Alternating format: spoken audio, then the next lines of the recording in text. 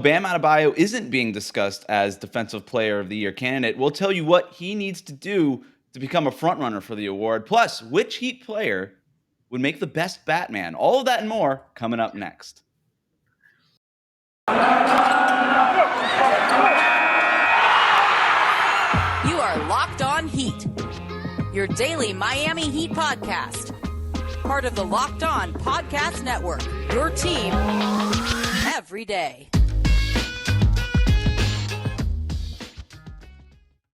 All right, it is a Wednesday edition of Locked On Heat, your daily podcast covering all things Miami Heat. I'm Wes Goldberg. However you may be joining us on YouTube, Odyssey, or your favorite podcast app, thank you for making Locked On Heat your first listen every day here with David Ramil, and it is time for 5 burning questions where we will cover the biggest topics regarding the Miami Heat. You can submit questions to lockedonheat@gmail.com or to our Twitter, Instagram, or Facebook or YouTube pages. Let's get to our first question. This comes from Sean, who writes in, why isn't Bam in the national conversation for Defensive Player of the Year? And what would it take for him to be considered a front runner? David, we talked about Bam getting in the mix for the Defensive Player of the Year award. Front runner? I don't know. What would it take? Let's have this conversation. It's going to be a tough one. I think first and foremost, as we've mentioned many times, is the fact that he missed several games during December and January as he was recovering from right hand thumb surgery. That's going to take him out of the running in a lot of voters' eyes. But it's something about the buzz, and I'm not sure exactly why players like Mikal Bridges or others, Jaren Jackson Jr., part of this exciting Memphis team, are building buzz versus a player like Bam Adebayo. Like Miami just steadily being atop the Eastern Conference isn't exciting enough anymore. And it's not like Bridges is a great defender. Like there's no knock on him, but he's there with CP3. He's there with DeAndre Ayton, both who are good defensive players. He's there with Jay Crowder, as we know in Heat Nation, also a very good defender. They're a very good defense, and he's a big part of what they do. Bam is the same player. He has the same similar role. He's part of a great defense. He does a very, very good job defensively. He's a multiple, he can guard multiple positions. He does a lot of things well defensively, and yet somehow Miami's just being overlooked. Like you mentioned last night on our recap of the Chicago Bulls game, the Heat just aren't on the national radar enough. They're not on national television enough. They don't get the kind of attention from a national sources as much as they should. And I think Bam just falls prey to that. And there's also something that I keep mentioning as well, the fact that statistically, he just doesn't do enough in terms of blocks. Like Jaren Jackson Jr. gets a lot of recognition because he's, averages 3 blocks per game. Well, that's fine. Steven Adams isn't going to, he's not a rim protector in a traditional sort of sense. And so that's what Jaren Jackson's role is on that Memphis defense. But I mean, if you're going one-on-one against a defender, would you rather go against Jaren Jackson Jr. or Bam Adebayo? I think most players would rather go against Jaren Jackson Jr. because Bam is just that good defensively. And again, you don't have to knock a player, but I just think that what Bam does isn't being recognized on a national level as much as it should be. Bam Adebayo is the best defender in the NBA right now. That's it. Point blank. Period. End of story. I know Warriors fans will come at me, and they came at, I think it was, Gabe Vincent the other night, who said there's no player in the NBA that could do what Bam does. We're like, well, did you forget about Draymond Green? No, I didn't. But Did you remember that Draymond Green is 30-something years old? Draymond Green wasn't even playing center for the latter part of that Warriors dynasty. That was Kevin Durant. Bam Adebayo could do more than what Draymond Green does. Now, I'm not saying that I'm not trying to, again, with you, not trying to disparage what it is that Draymond Green does, but Bam is in that kind of mix. If you want to debate who the better defender in the NBA is between Bam and Draymond, go ahead. Fine. But if we're having that conversation, then Bam should at least be in this conversation for Defensive Player of the Year. And the fact is that he isn't. Rudy Gobert, Giannis, Jaren Jackson Jr., Draymond Green, Mikal Bridges, Joel Embiid, rookie Cleveland Cavalier Evan Mobley all have currently better odds via betonline.net than Bam Adebayo does to win Defensive Player of the Year. And so the reason for that is exactly what you're saying. Lack of national exposure. So what would it take for him to be the front runner? Put the Heat on national TV instead of, like is going to happen this week, taking them off of one of their very rare national television performances to put the Knicks on TV. Get out of here. Completely ridiculous. You look at what the Suns have, 33 nationally televised games this year. Okay? That's why Mikal Bridges is in this. Again, Mikal Bridges, one of my favorite players in the NBA, incredible perimeter defender. The Suns have 33 national TV games for people to see Mikal Bridges. The Jazz have 26 nationally televised games for people to see Gobert. The Warriors have an insane 41 national TV games for people to see Draymond, even though he's been out. The Bucks have 36 games. The 76ers have 27 games for people to see Joel Embiid. The Heat, they're being taken off of national TV. They're going to end up with single-digit national televised games by the end of the season, which is crazy. Not just because of the best team in the Eastern Conference by record right now, and maybe just overall by any measure, but also because it's Miami. When did we become the small market team? When did we start getting treated like Toronto? Like, what's going on here? This is the Miami Heat. We have stars. We have personalities. Somebody ring the bell and alert the TNT, NBA TV, ABC, ESPN. Yo, Miami's good again. Put us back on TV. Stop yanking us off of national televised games. What was the game the other day? Was it an ESPN game, David? It was weird. Yeah. I watched it. It was an away game on ESPN. I was like, wait, I don't know that I've ever heard Mark Jones and Doris Burke do our game this year. It felt like it's been years since we've heard that. It was jarring. That shouldn't be the case for Heat fans. They'd rather have the Lakers and the collapse just because I guess it's the rationale that everybody loves to watch a train wreck or can't not watch a train wreck perhaps. Right. But it's the Lakers, it's LeBron, but yet that's a bad team. It's not fun. And yet, they have higher ratings. Just the fact that they're also a 10:30 tip off on most nights. It's a little ridiculous. I don't know. I think it's the fact that Miami's superstar, I mean, aside from Bam Adebayo, Jimmy Butler also does not get that kind of attention. The fact that he's in commercials lately, a little surprising, but you see his performance in the All-Star game. You see the product on the floor. He's not putting up 30-point games. He's not putting up 50-point games. And all of this is like his recognition on a national level, mostly following an incredible, historically good. It took a historically good performance through the NBA Finals in the Orlando bubble a couple of years in order for people outside of Miami and Chicago and Minnesota and Philadelphia to recognize what it is that Jimmy Butler does well. And so I think when you look at this team and the fact that the star on this team, Jimmy Butler, isn't exactly a human highlight reel, maybe it's just not as fun to watch Miami. I think it's ridiculous. And I don't want to be I don't want to do the whole like nobody cares about us type thing because I think that gets old at some point. But a lot of Heat fans feel that way though. No, and I get it. And there's a very real sense that that's the case. I will also put some of it on the Miami Heat. They don't invite national coverage, and they like it that way. Don't. But it is some of their doing. They are partially at fault here, and so maybe that's part of it. And they don't care if they're in the national conversation. But I still think that that's a mistake by the organization, and I've been very front in public about this. I think when it comes to getting your players these kinds of awards and getting them the recognition, heck, Dwayne Wade might actually have gotten an MVP back in 2006, 2007, had the Heat actually cared about this kind of stuff. And I think they're doing their players a disservice by not caring, even though you ask their players and they don't really care either. So I don't know. One other thing, you mentioned the games played thing, and I do think that is a concern. If Bam plays the rest of this season, he's going to play 57 games, right? And so there is precedent of a player winning Defensive Player of the Year, having not played, 75% of the season or whatever that math is. Rudy Gobert won it in 2017, 2018 by playing 56 games. So he would have played one fewer game if Bam plays the rest of the schedule. Kawhi won in 2015, having played 64 games, only 7 more games than Bam would play this year. So you can't tell me that's a noticeable difference. So I don't think the games played thing should matter, especially when you consider a bulk of those, like all those games were missed because of one injury back in like the early part of the season, which nobody remembers when it comes to award time anyway. So I think he actually does have a chance here, but he needs to put up huge highlight reel type games. I mean, like SportsCenter top 10 plays. He needs to go out, like, to go back to Sean's question, what does he have to do to become a front runner for this award? He needs to block Giannis a couple times tonight. He needs to go out against Philadelphia and James Harden and Joel Embiid Saturday and have himself a game and just feast and eat their lunch the way that he did against Nikola Vucevic on Monday night. Like that highlight reel game that he had against Chicago, he needs a couple of more of those this next week. And then over the court, like when Phoenix comes into town, when they play the Warriors later this month, like all of these teams that people care to watch and have gotten accustomed to watching and expecting big things from, Bam Adebayo has to be the best defender, may I say even player on the court for him to get real recognition and become a front runner for this award, or at least in the realistic conversation part of it.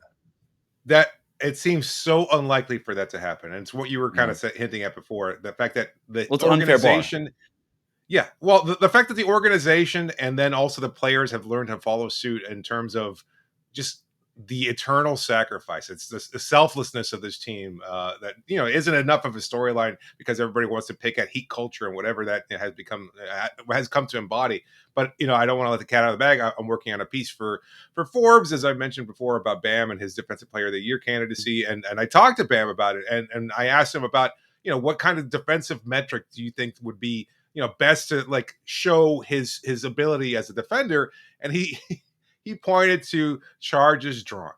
Like, that's the kind of story we're talking about here. Like, that's what he wants to focus. So he doesn't care about blocks. He doesn't care about steals. He cares about getting stops. Like, that doesn't draw anybody's attention. Nobody cares. He cares about drawing charges. He loves the fact that this team leads the league in drawing charges. And that kind of stuff, like, that's just the kind of player he is. That's the kind of team this is, that nobody cares about the individual recognition. Although they do, right? I mean, like, part of building your legacy is getting these kinds of accolades.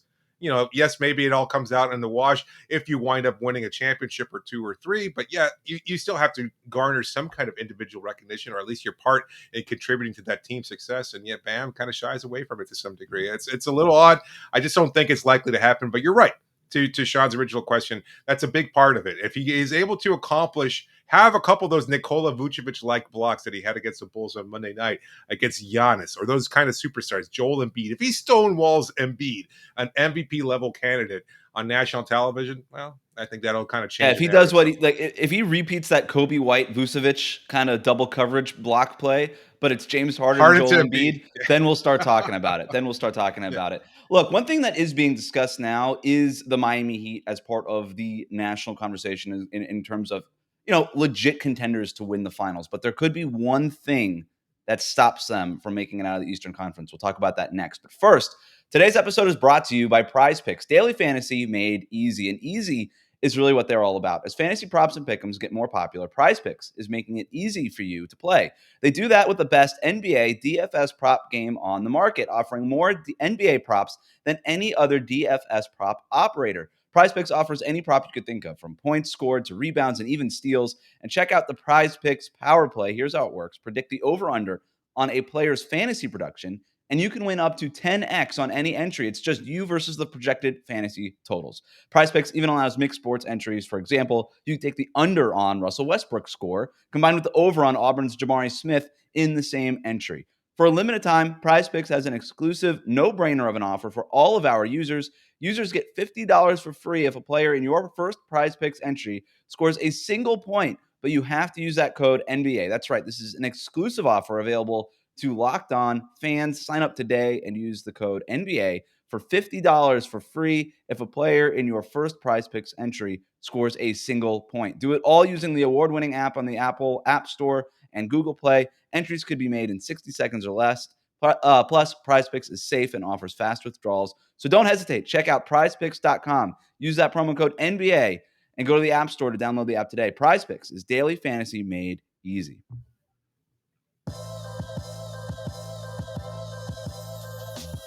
Thank you for making Locked On Heat your first listen. For your second listen, check out the Locked On Now podcast, nightly recaps of every NBA game with analysis from our local experts. It's free and it's available wherever you get your podcasts. Let's get to our next question from Sean, who writes in, what is better for the Heat this season and the short-term future? Gabe Vincent shining over the remainder of the season, who is signed through next year, or Victor Oladipo shining in his return, and he is a free agent this summer? David, what do you think? Gabe Vincent, Victor Oladipo, who's better for their Heat's short-term future? I saw a lot of responses to old Philly Heat's question, Sean Rochester, and he posted it online using the hashtag AskKellerHeat, as so many of you can. And I saw most people kind of following the same line of thinking that it's Oladipo this year. If Oladipo comes back and emerges as the player that a lot of people expect him to be, then it immediately contributes to Miami's success. But in the long term, or even the near short term, as Sean indicated, that Gabe's already being part of the team is more productive or better for Miami. I disagree. I think, honestly, it coldly and in the business-like fashion of the NBA, Oladipo can be somewhat expendable, and I think that's a reality. If Gabe continues to shine at the high level that he has, or even continues to grow and develop more this year, not only would it be impactful beyond the season, but it would also make an impact this year. Like that's the whole thing. Like, I don't, it's hard to differentiate there. I understand the line of thinking saying, well, you want Oladipo at something close, approximating his all-star level performance from a couple of years ago, but you're not likely to get that. For him to be able to continue to show that or show whatever he can this season, it's basically an audition for 29 other teams. And I think that's the reality, the unfortunate reality. It'd be nice to think that Miami will find some way of signing Oladipo back at full strength and he'll be able to be a contributor on this team for years to come. That seems unlikely. Like if he's going to show out this, Well, for I the don't rest of know this if that's year, necessarily true because they have his bird rights. They can re-sign him to yeah, the max if they wanted to, which they won't. But yeah, but yeah, I just don't think it's going to happen. okay, I think he's basically trying to show off his wares for the rest of the league and say, "Look, I'm healthy." I mean, he wants to be in Miami. There's no denying that. I know he's long had an affinity for this organization and everything else that they do. He chose to sign here this past year. That's all fine and good, and yet the reality is that he missed out on a significant payday. And if yeah. he's able to get that elsewhere, he's going to chase it. And I think he's got better options outside of Miami in terms Yeah. of being able to get more money if he shows out for the rest of the season. And so, weighing that against the impact that this season, the ability to get some kind of contribution from either he or Gabe. Well, why not just focus on Gabe since he's already under contract for next year? Look, all that's fair. I don't think I'm quite as cynical as you are in terms of whether or not the Heat will pay these guys this summer. And Victor Oladipo, given that he has bird rights, I could actually see them going in that direction, especially because it looks like they're going to have to choose between PJ Tucker and Caleb Martin. That's something that, like with the mid-level exception, that's something that could be brewing here, and it's something that we should keep an eye on. Maybe even talk about on an episode soon. But Victor Oladipo, with his bird rights, he could end up replacing one of Caleb Martin or PJ Tucker in the rotation. You know what I mean? Like there is a world in which that happens if he shows out and shines, to use Sean's word here, with the Heat whenever he comes back. And you and I have circled that Houston game next week as maybe what you and I are sort of just educated guessing maybe his return could be. But all the players say he looks incredible, right? And Sure. We've seen him a little bit in practices, like the 2 or 3 times that he'd have practice. We've seen clips here and there of him. The 3-point shot is hit or miss. The outside jumper is hit or miss. But if he looks incredible physically, that's all the Heat care about. And I actually think that the Heat ceiling is much higher with a Victor Oladipo who's playing well. Forget all-star, all-NBA Victor Oladipo. That player is never coming back.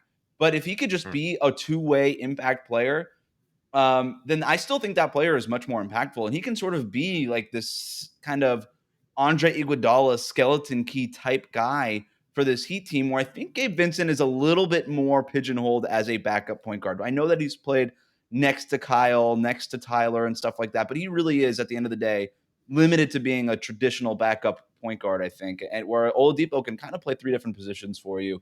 And so because of that versatility, I think Miami's ceiling is higher with a brighter Victor Oladipo than a brighter Gabe Vincent. But look, if this is the conversation that we're having, it's not a bad one to have. Let's move to our next question. The Heat ranked 12th in the NBA in points per possession in the half-court offense, just a middling team and behind 6 other Eastern Conference teams per cleaning the glass.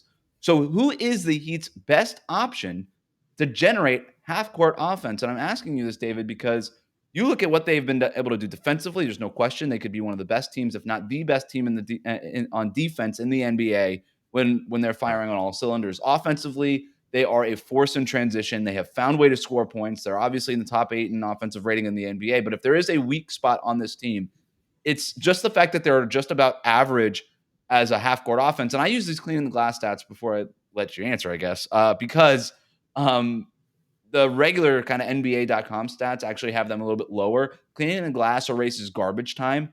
And so they're actually marginally better via cleaning the glass. So in minutes that actually matter, 12th as opposed to like 15th or 16th where NBA.com has them. But anyway, like I said, if there is a weak spot on this team, it's can they score in the half court when the game slows down in the playoffs? What do you think? What's their best option here?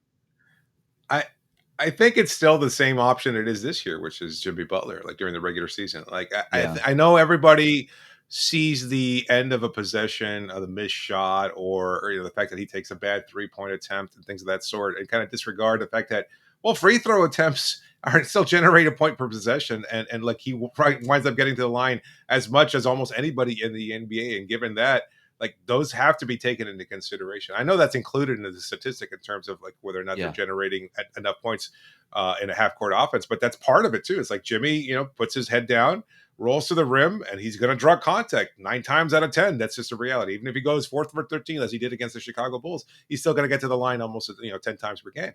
I just that's still the number one option for the Miami Heat, is because he's going to get that kind of respect from referees. He's going to be able to generate something.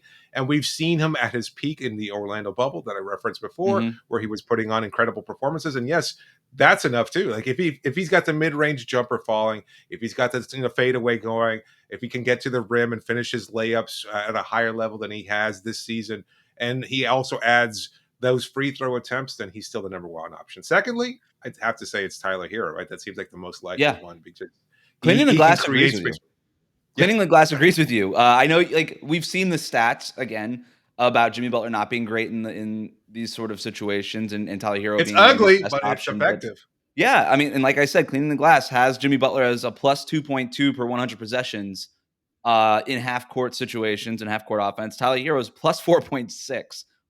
More than twice as good as Jimmy Butler. Those are Miami's best options. I know people want to see Bam Adebayo, and there's been some talk with how aggressive Bam has been lately, and I still think that there's something there, but he's a -4 per 100 possessions on-off stats per Cleaning the Glass. Now, these on-off stats per Cleaning the Glass are not make or break. It is not the law here, and especially considering Bam's leap that he's taken lately, like that might end up not being the case, that -4 by the end of the season, and certainly by the end of the postseason. But I'm with you. I kind of am starting to lean towards Tyler Herro, if I'm being honest here. Like, everybody's going to watch Jimmy Butler. He has a tendency to slow things down. Like, he'll get the ball on the wing, and you'll have like 4 or 5 defenders just watching him, and he'll sort of dribble his way into a mid-range pull-up. And in the bubble, it worked almost 100% of the time, it felt like.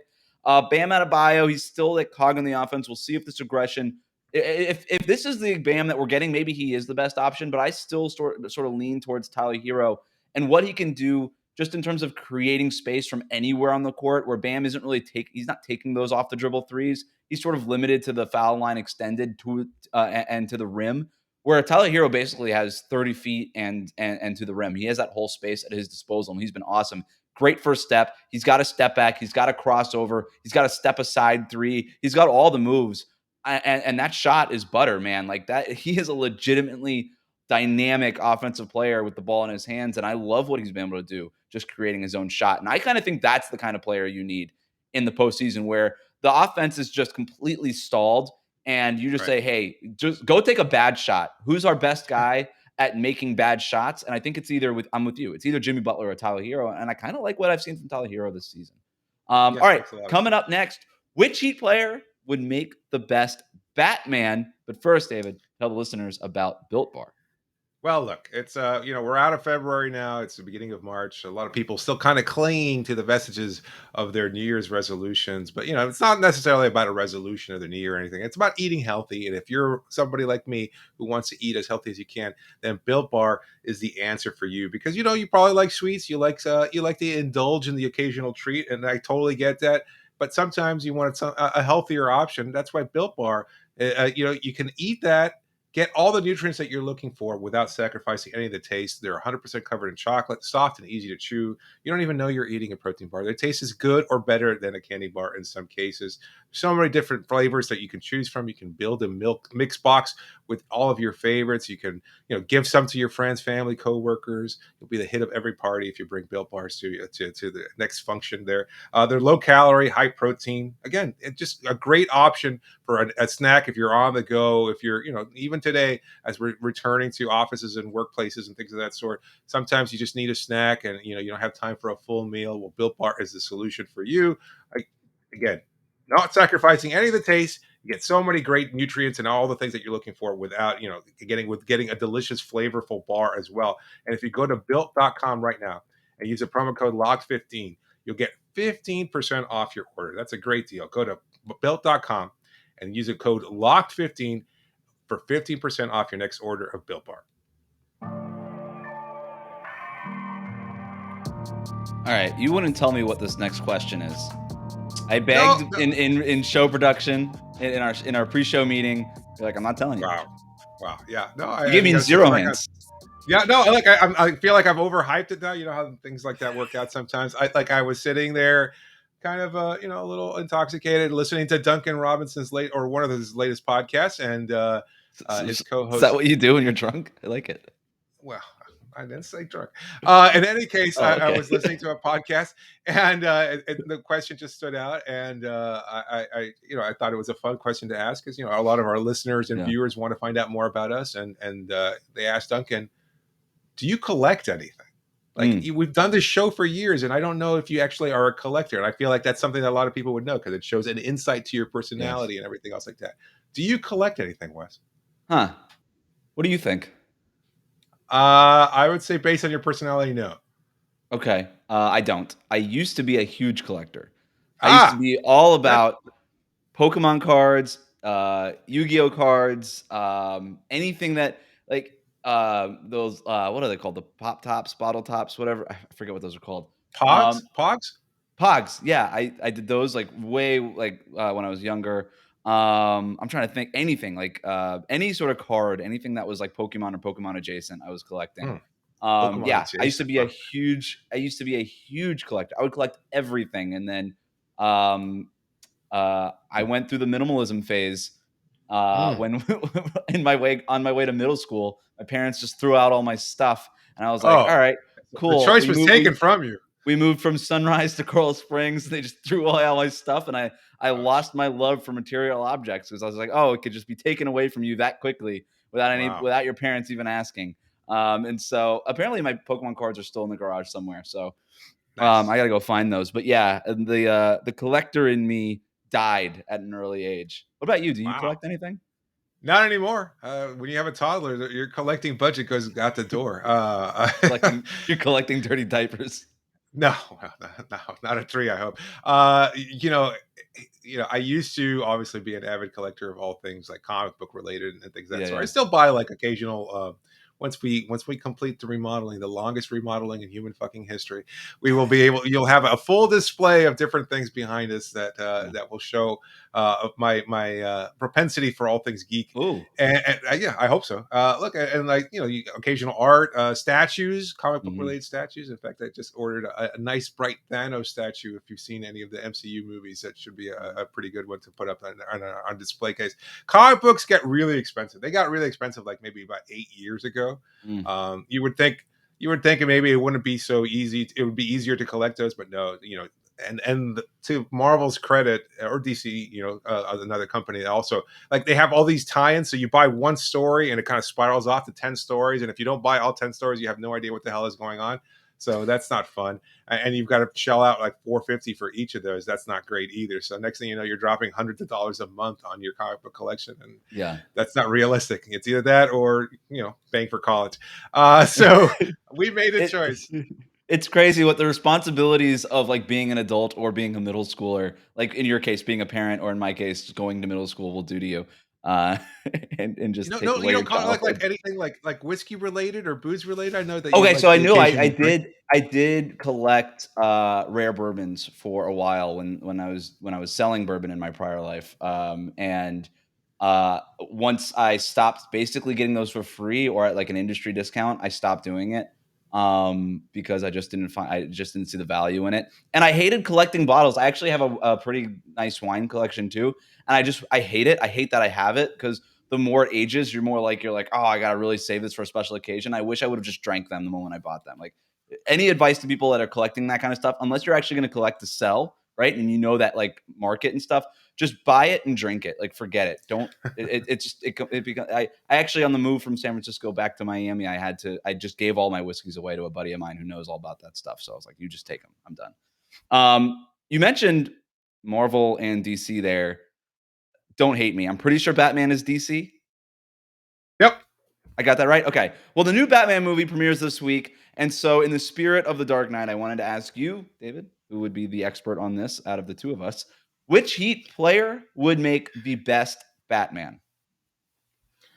None of them really. I'll be 100% honest with you. None of them really stand out in terms of a player that you look at Batman, and I know Neither did I Ben could probably Affleck, whack. and they cast him. So,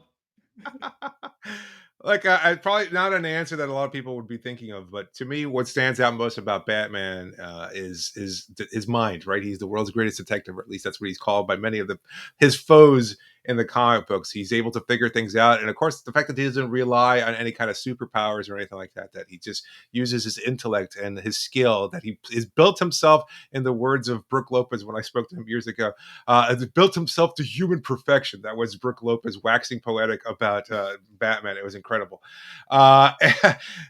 To me, the guy that doesn't fit the bill in terms of physical perfection, but uses his mind analytically in a way that Batman might on this Heat roster, I got to go with Kyle Lowry. That's probably a surprising guess, but I think the way he sees the game, the way he kind of picks and chooses spots, the way he plays the game 3 steps ahead of everybody, to me, Kyle Lowry is most in terms of the mentality of Batman. Physically, I guess you probably have to go with Jimmy Butler, but in terms of Jimmy the Butler. with the personality, I'd say it's Kyle Lowry. Could also go Victor Oladipo too, but he's more of a Black Panther guy, right? That's kind of his thing. Well, yeah. Yeah, that was a great moment there. I don't know that Oladipo doesn't strike me as he's kind of casual. He's kind of fun. He likes to show fun out there. He's a singer too. Like, right. You're not getting Batman. That's true. He's a little too fun for Batman. Yeah, maybe like Chris Paul would be like a good Batman. All right, I'll let you cast one more Batman character. I'll let you pick between these 4: Robin, Alfred, the Joker, or Catwoman.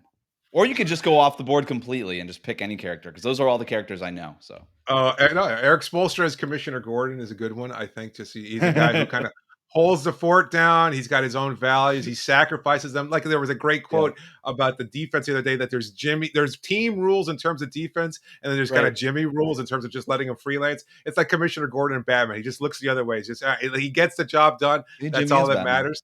So maybe it is. Maybe Jimmy is Batman. I got to go with UD also as Alfred Pennyworth, a guy who was like in his heyday as a youngster, was a military man, almost like a spy of sorts, very skilled.